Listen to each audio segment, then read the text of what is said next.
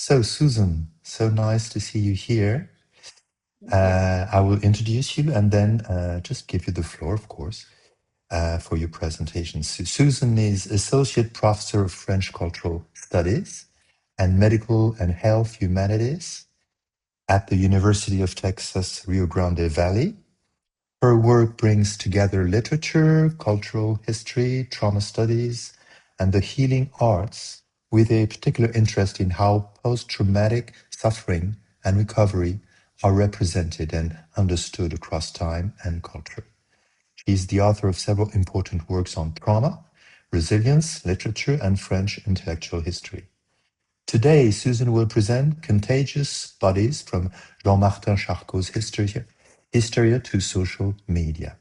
In this fascinating and highly original presentation, she'll explore the striking parallels between the spread of symptoms among patients in Charcot's famous 19th century clinic at the Salpêtrière and the recent emergence of social media related tic-like behaviors by examining how distress may be shaped by culture, collective witnessing, and dominant technologies.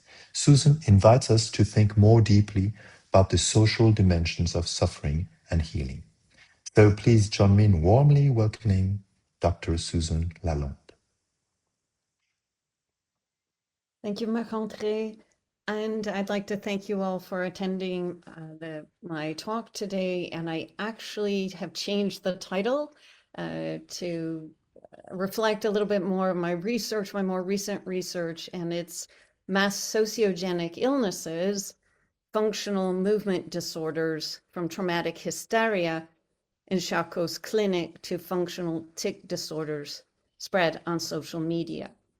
So I just want to say that I have practiced my expose to last about 40 minutes, giving therefore 20 minutes for questions and answers at the end of my expose. How does that sound, Marc-André?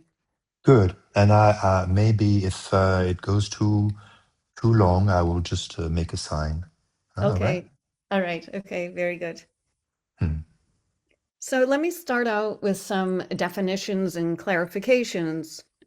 So first of all, a functional movement disorder is a subtype of a functional neurologic symptom disorder, FNSD, a syndrome of involuntary physical neurologic type symptoms that are social in origin and do not correspond to an organic disease. Another, I think, important clarification, especially that applies to my expose today, is that outbreaks of FMD affecting groups of people have, well, almost obviously occurred throughout time. And historically, these were known as mass hysteria, or more recently, as mass psychogenic illness. And in the parlance of our times might be, yes? Yes? Please mute yourself. Please mute yourself. As I was saying, and in the parlance of our times might be called mass functional illness. So those are just some definitions, just so things start out more clear than vague. So I'd also like to start out being very explicit about my core argument, or perhaps the better word is conjecture, because obviously as a professor of cultural studies, specializing in trauma studies, my work is not empirical. It's not based on quantitative data research. So these are more like conjectures that I'd like to put forward as a way to trigger, provoke discussion. First of all, I'd like to suggest that FMDs, so functional motor movement disorders, are not merely byproducts of psychic suffering that need to be treated. They are also expressions of psychic suffering and carry meaning that can be read. More simply put, or the analogy I could make would apply to tears, such that tears are very often a symptom of sadness, depression, but at the same time, they communicate that sadness and depression. So they're a symptom just as much as they are a form of communication. Secondly, I'd like to advance that functional movement disorders seem to be directed consciously or not toward others as an implicit demand for recognition and relief. There's kind of an exigence, demand that one be helped. Simultaneously, I believe that they appear to be directed inward as a form of somatic self-expression that may itself, I'm emphasizing that, carry a therapeutic value. Now, because these are meaningful and directed, these behaviors, the clinician's task is therefore not merely diagnostic and treatment-oriented, but hermeneutic. It is a reading of the FMD body as a text that inspires imaginative and body-centered forms of therapeutic responses. Now, with that fourth argument, I'd like to say very explicitly that that is the connection between this conference on psychohistorical perspectives on individual and collective healing and my expose today.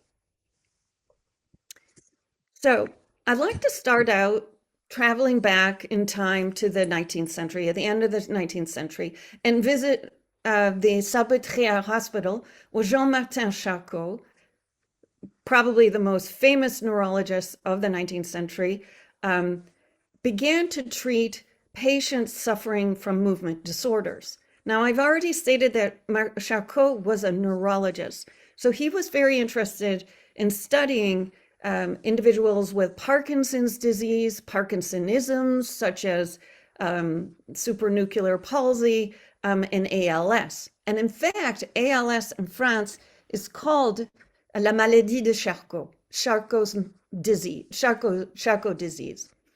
But at the same time, with his keen interest in movement disorders, he came across all these patients who were suffering from traumatic hysteria. And he saw that they too had these uncanny movement disorders, but they posed an extra challenge for him because they were not organic in nature, like, let's say, PSP, supranuclear palsy, or Parkinson or ALS. They were psychological in nature, but he didn't quite understand that yet. I will state that Charcot was a nosologist. He was interested in diagnosing, first and foremost, categorizing and organizing diseases that constituted movement disorders. And in fact, that is exactly what he's going to do. And he's pictured here, according to André Rieux, the famous 19th century Impressionist painter, who pictures him as center stage with the spotlight on him, with his patient Blanche Whitman, who would be hypnotized by Charcot, although I must state very emphatically that Charcot did not think all of his patients could be hypnotized, so he used it judiciously. And then here are gathered his residents, his fellow colleagues, actors such as Sarah Bernhardt, we'll talk about her later, as well as Émile Zola, the great naturalist writer of the end of the 19th century. So as I alluded to earlier, Charcot, the way I see him was he was first and foremost a neurologist, a nosologist, interested in categorizing, and then little by little, as revealed in some of Freud's own writings, he will begin to become interested in the psychological origins of movement disorders. And he took his training in neurology and his obsession, it became kind of an obsession with nosology, with organizing and categorizing. And he applied that to his patients who were suffering from traumatic hysteria. And he would see these different phases in the traumatic hysterical attack. And thanks to photographers at the Salpêtrière Hospital, we have documentation of these different phases. He would go on with his colleagues to label them more explicitly as first a phase of rigidity, movement disorders, a disorder that translated in rigidity, then clownism, all kinds of kind of uncanny postures, and then the passionate posture, and then finally a posture that evoked delirium. So again, he's applying his nosology to understand the movement disorders associated with traumatic hysteria. What I find most intriguing about his research was his work with women patients who would enact religious scenes. Now, this, to my mind, is really uncanny because Charcot was an ardent French Republican, which meant that he was against the Catholic Church and that he was an atheist, essentially. And yet he had an open mind and spirit to say, they're doing something repeatedly that is evocative of some important content here. So he basically examined and let these women perform these scenes, these religious scenes, impersonating, for example, Christ on the cross. This was not just one patient who would impersonate Christ on the cross. He would observe other patients as well. And so I need to open up at this point maybe a little parentheses and talk about Charcot further, because I've already alluded to the fact that Charcot was a Republican, a French Republican, and against faith in general. But he takes this very, very interesting position about these women who are performing these impersonations of religious figures. And he writes this book that isn't translated called La Foi qui guérit, in which he talks about more explicitly faith healing and these actions, these behaviors rather, that come routinely with faith healing processes.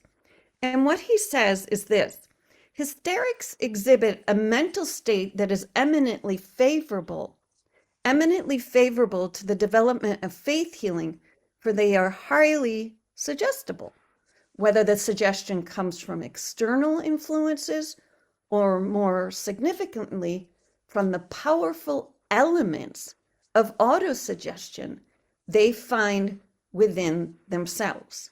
And so I find this statement really interesting because it's leading us to the power of the mind to heal the mind.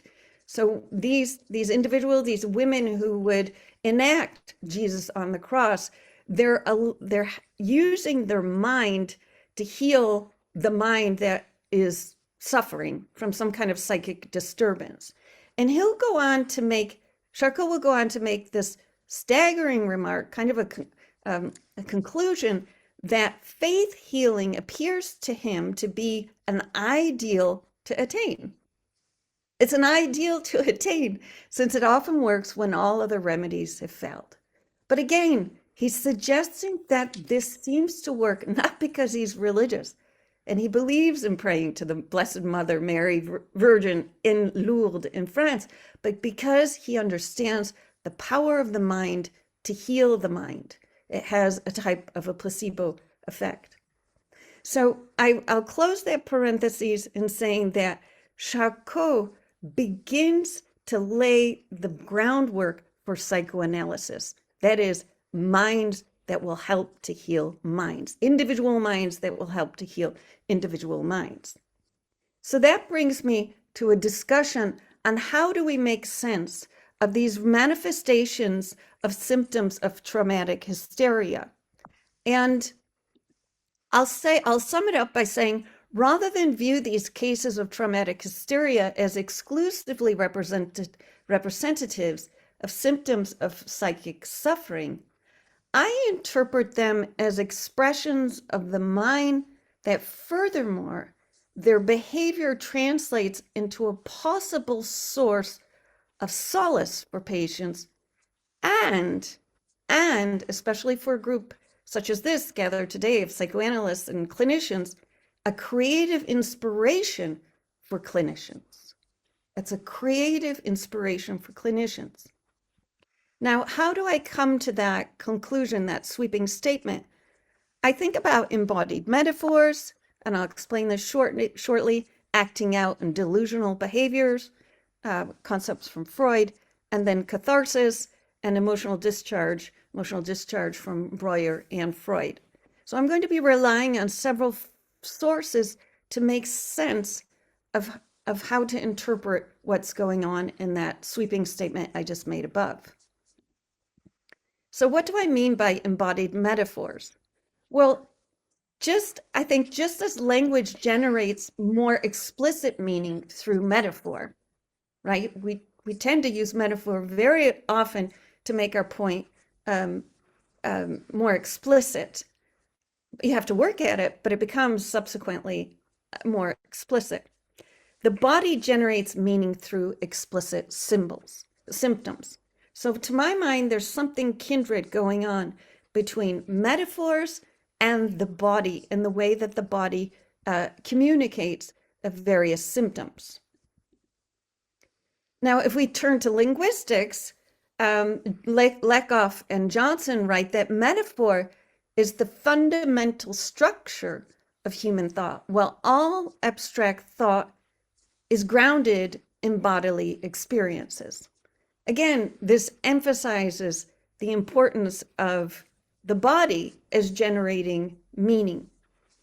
And Simone de Beauvoir, she adds to this by saying that the body is not a thing, it's a situation, it's an experience. It is the very instrument of our grasp upon the world, a limiting factor sometime for our projects. And this brings me to finally think of what the neurologist Antonio Damasio says, that the body is the very theater of emotions. So in other words, when these women are enacting their psychic suffering, they're able to communicate something that otherwise would have been unavailable to communication. They're making known the unknown, and they're making it known through metaphor, through the body.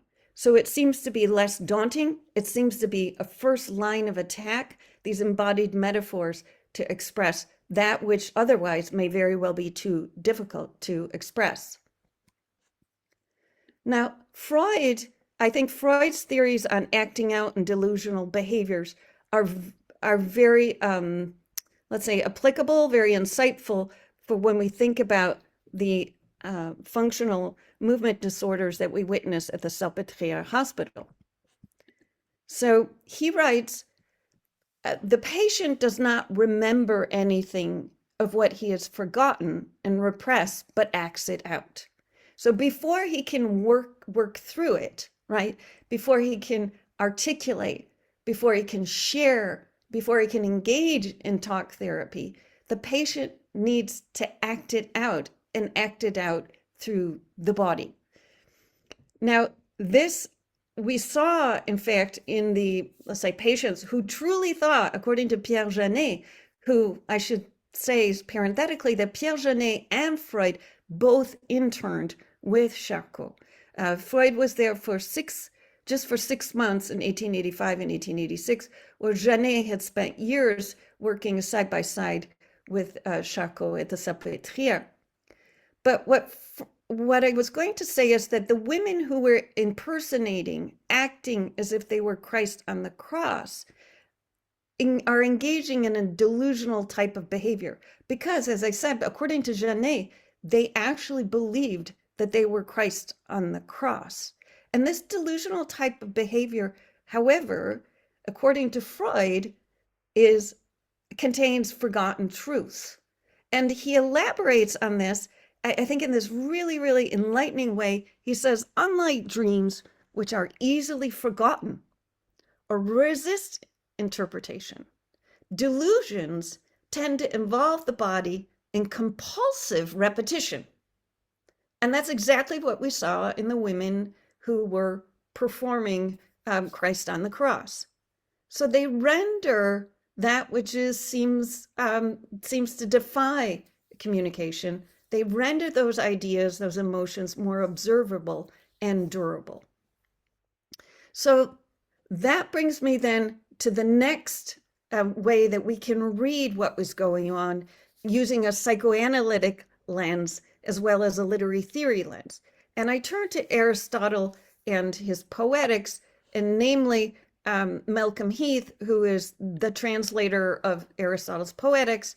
And he explains that for Aristotle, catharsis does not mean getting rid of emotions, but rather getting rid of the emotional excess. It means turning down the emotion so that they're perhaps more easily recognizable, perhaps because they're more easily reined in and then therefore understood in a more succinct way. So I think that the women who are performing these acts, they're able to express their emotions, that excessive emotion that may very well come from traumatic experiences, which Charcot does indeed talk about some of those traumatic experiences that he heard about. But again, he's not a psychologist. He's not interested as much in the etiology of a traumatic hysteria patient or of her symptoms. But I think what's really interesting is Breuer and Freud's topic or related topic to Aristotle's topic of catharsis on emotional discharge. And they write, by reaction, we understand the whole class of voluntary and involuntary reflexes. I mean, after all, that is what functional movement disorders are about. Sometimes they're involuntary, they're just uncontrollable. From tears to acts of revenge. And sometimes the patients, in fact, at the Salpêtrière would become violent. But sometimes things need to be broken before one can move on to repair the bigger broken material. So getting back to this quote from Breuer and Freud, by reaction, we here understand the whole class of voluntary and involuntary reflexes, from tears to acts of revenge, in which, as experience shows us, the effects are discharged. So I would like to think that although Charcot does not say that his quest is to treat and to heal these patients, I would like to think that they did find some source of solace. It might not have been rigorous, but at least they found a balm in their ability to act out their traumatic experiences. So embodied metaphors, acting out, and delusional behaviors, catharsis, and emotional discharge. What are my preliminary conclusions based on those three readings that I offered you? I think these readings of traumatic hysteria, functional movement disorders, as we've seen in the Salpêtrière Hospital, suggest that they made known otherwise difficult emotions that are difficult to articulate verbally, and may have offered, at the very least, a form of expression, and perhaps even an ephemeral sense of relief without, as I said, I just got through saying, without constituting a therapeutic process. And we do have some evidence that there was a sense of it was, in fact, what happened at the Salpêtrière did have a therapeutic.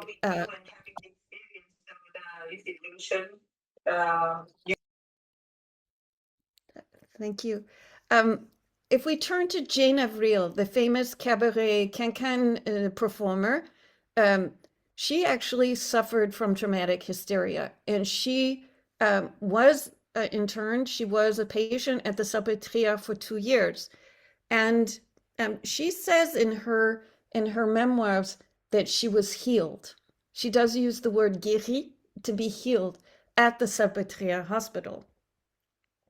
I should also mention that the famous French actress, I alluded to this earlier in my expose, the famous French actress Sarah Bernhardt would go to the Salpêtrière Hospital and be present in the audience, and she would witness and watch very carefully what these women were doing. And she as well as directors, I've found firsthand information that directors used Charcot's patients to know how to enact psychic suffering, i.e. madness. And here, for example, is Sarah Bernhardt acting as Hamlet.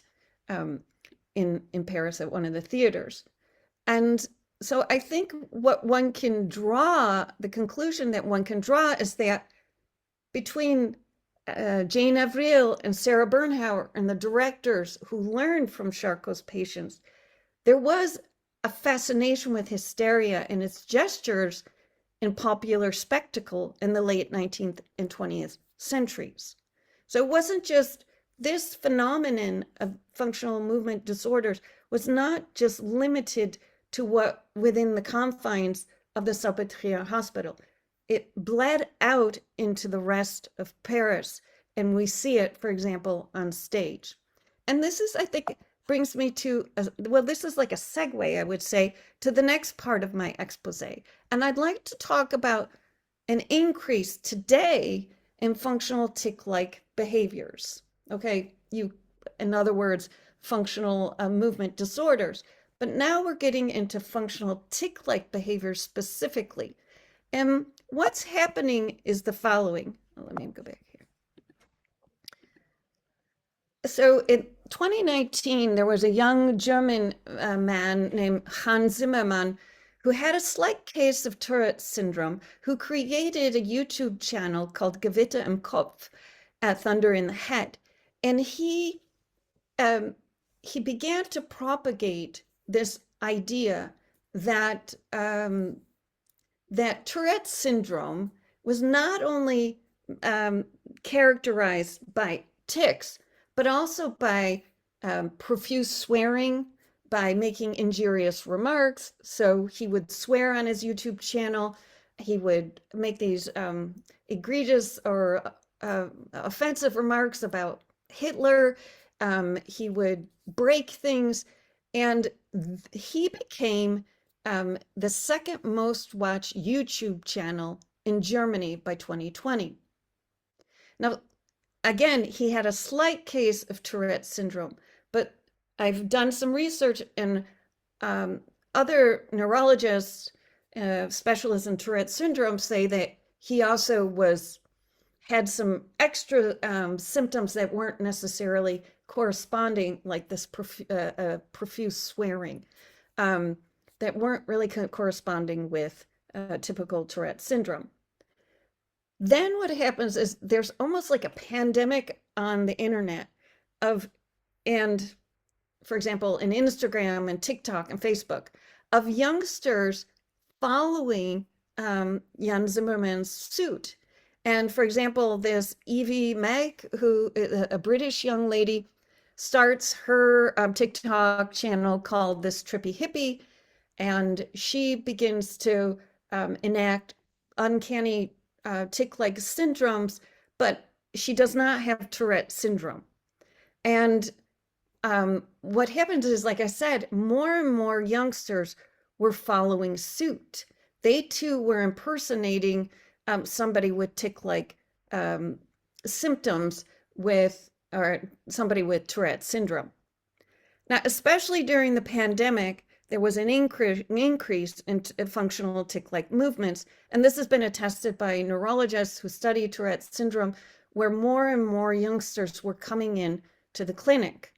And in one study, the mean age of the cohort was approximately 19 years old, and the majority were women. In Germany, the majority of people with these functional movement disorders were men, but in the rest of the world, Australia, Great Britain, Canada, the United States, they were women. And one thing to mention, I alluded to this earlier, that unlike the predominance of facial movements and typical tics associated with Tourette syndrome, our movements and all kinds of peculiar, almost like convulsions, become prevalent in these youngsters who are propagating their videos on social media. Just to give you a feel of how prevalent this was, it was less common than Tourette syndrome, but it was more common than rare diseases. So it did become a phenomenon. And I think we have to remember that although people of a certain age, for example, I don't watch social media or I don't engage in it, so this was all news to me. when I came across it in a PubMed article, that youngsters, a lot of youngsters are exposing to this. And I asked my students, okay, what my college students, whether they were familiar with it, and everybody said yes, unequivocally. They know about this phenomenon. So if you would like to learn more, I bring to your attention, I think it's an excellent kind of summary on 60 Minutes, Australia 60 Minutes, that would introduce you to the complexity of the topic, something that I cannot do in my short expose today. So what are some explanations for these tic-like, functional tic-like behaviors or functional Tourette-like syndrome or symptoms? So according to the psychiatrists and neurologists that I have researched, mass social media induced illnesses, MSMI, is a new term. So it's just not mass social induced illness or MSI. Now it's mass social media induced illnesses. So now the exposure is virtual. So therefore the complexity of what is going on is that much more daunting.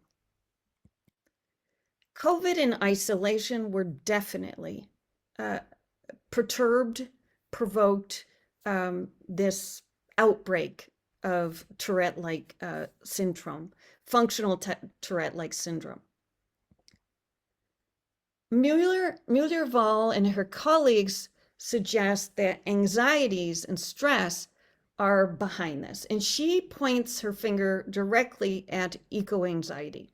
And I think this is especially the case with German youngsters who may be more attuned to the rude reality of climate change and climate chaos.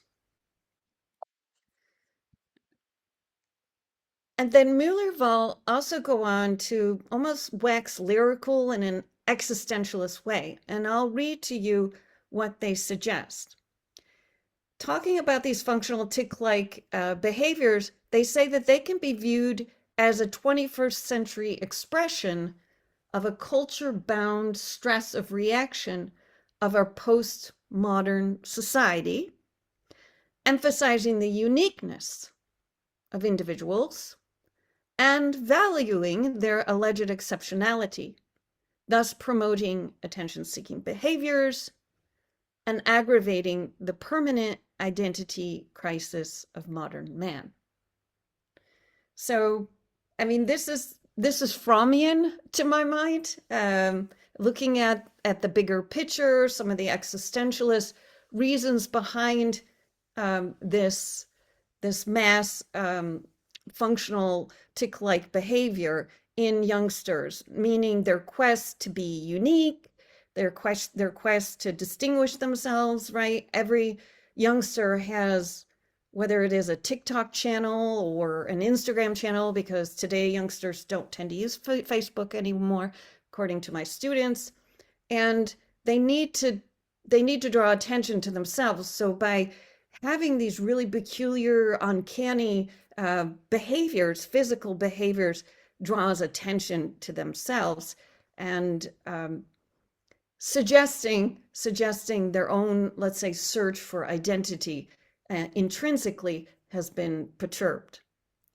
Now, I interested in history, I think that we can read what went on in the pandemic or the outbreak of traumatic hysteria at the Salpêtrière Hospital. We can use what we learned previously, or what I proposed rather previously, to understand what is going on today. And I sum it up like this: rather than understanding these cases of TikTok tics as primarily symptoms of psychic suffering, or a way for youngsters to simply get attention because they're trying to be exceptional, because that's what youngsters today are seeking, is to be exceptional so they can get more viewers on their Instagram account.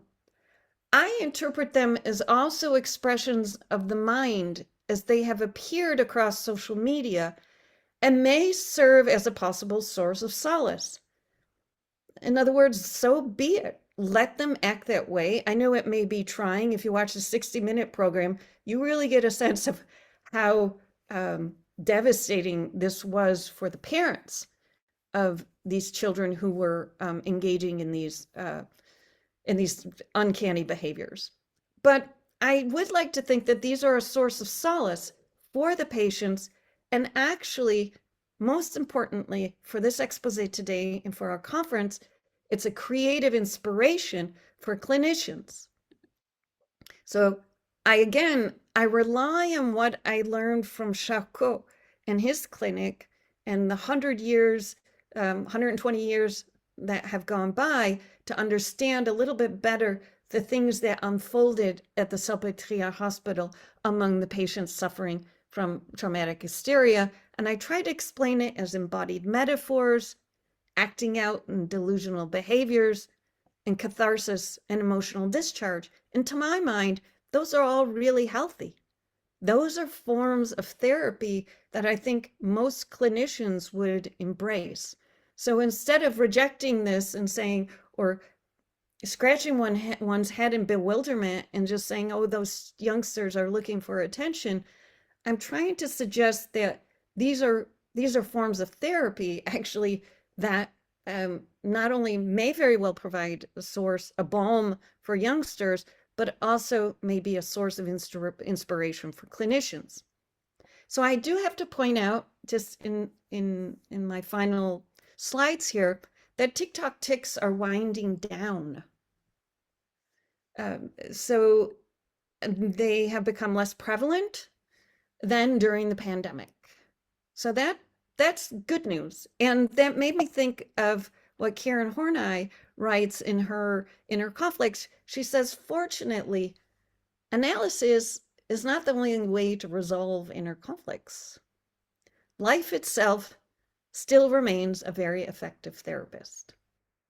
So getting back to living after the pandemic may very well have healed youngsters. Life itself was a way for youngsters not to be so isolated, not to have to seek attention because they were communicating with others face to face, let's say in cafeterias, in cafes, on the soccer field. And she goes on to write that experience of any one of a number of kinds may be sufficiently telling to bring about personality changes. So experience such as simply as playing sports with other youngsters, or like I said, engaging in, let's say, putting on a play.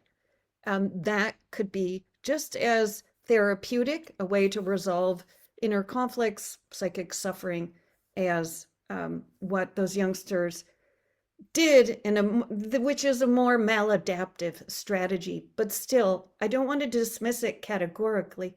I want to look at it as a way, as a source of enlightenment. And so finally, not finally, but I have one more slide after this.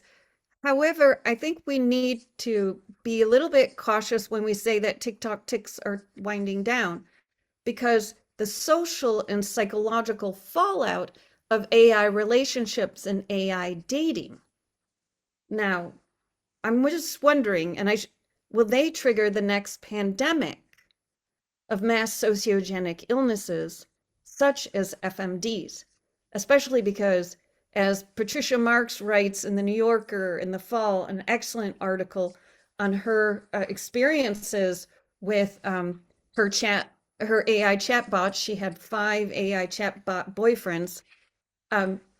Youngsters in Gen Z and Gen Alpha are using chatbots as their romantic partners prolifically. So they're replacing those meaningful relationships in theory with relationships that can be extremely pernicious for a whole host of reasons that I do not have the time, obviously, to go into. So more general conclusions regarding psychohistorical perspectives on individual and collective healing. I'd like to state first of all, that patients with traumatic hysteria at the Salpêtrière Hospital And individuals suffering from FMDs or functional tic-like behaviors today are manifestations of ways to communicate psychic suffering through the body. It is, as I mentioned earlier, a first line of expression when words cannot be communicated.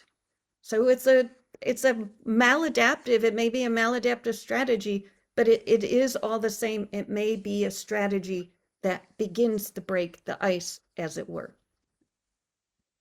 These phenomena, the two phenomena that I have explored today, underscore the importance of bodily communication and therapies such as physiotherapy, EMDR, somatic experiencing, that was championed by Peter Levine, that has been championed by Peter Levine, rather than privileging talk therapy.